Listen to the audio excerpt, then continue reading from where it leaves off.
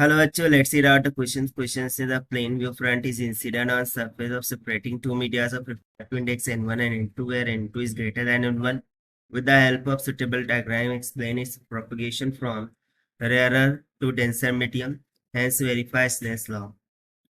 So यहाँ पर हमें simply wavefront incident कर रही है surface पर, which is separated by the two medias, जिसके refractive index n1 and n2 है, जहाँ पर n2 greater than n1. सो हमें डायग्राम के थ्रू इसको एक्सप्लेन करना है the propagation of the wave from rare to denser medium and also have to verify the Snell's laws. चलिए स्टार्ट करते हैं solutions. But before of that, let's talk about the key concept which we are going to use here for this question. So since we remember that Huygens principle, तो सबसे पहले तो हम उसी का यहाँ पर यूज करेंगे, that is Huygens principle. So Huygens principle के अकॉर्डिंग यदि जो न्यू पोजीशन ऑफ वेवफ्रंट है वो यदि सेकंड मीडियम में होगी, तो इसका मीनिंग ये होगा कि the new position of the wave nothing but the refracted wave of the wavefront. इसको हम एक्सप्लेनेशन के द्वारा और भी अच्छे से समझ लेंगे। And the second one we are going to use the Snell's law, which can be stated as n1 sin I is equals to n2 sin of R, जहाँ पर n1 n2 refractive indices है and I is the angle of incident and R is the angle of refraction. So as per the question, सबसे पहले हम diagram को draw कर लेते हैं. So this is what the diagram which we have drawn here to get understand. So basically यहाँ पर हमने माना है कि जो AB है ये वेव फ्रंट है जो कि इस मीडियम 1 से मीडियम 2 में ट्रैवल कर रही है। तो as per the question medium 1 के लिए रिफ्रैक्टिव इंडेक्स n1 है, मीडियम 2 का रिफ्रैक्टिव इंडेक्स n2 है, where n2 is greater than n1। So हम मान रहे हैं कि the starting point of homogeneous medium enters the another homogeneous medium, it is derived from the path and this phenomenon is called as the refraction. So माना कि जो x and y, this is nothing but the separating surface of medias 1 and 2, और उनके respect में जो velocities हैं वो इसके रिस्पेक्ट में v1 होगी एंड सेकंड मीडियम के रिस्पेक्ट में वेलोसिटी क्या हो जाएंगी v2 की। यहाँ पर r एंगल ऑफ इंसिडेंट और r एंगल ऑफ रिफ्रैक्शन को इंडिकेट कर रहा है। अब सपोज किया कि जो वेवफ्रंट AB है वो फर्स्ट मीडियम में इंसिडेंट करती है optically on the boundary of the surface xy and its end A that you can see here, this end touches the surface at time at t is equals to 0, while the other end B reaches the surface to B dash after traveling some distance of B dash। तो obviously ये B से B dash के लिए उसको कुछ time लग रहा होगा t के बराबर।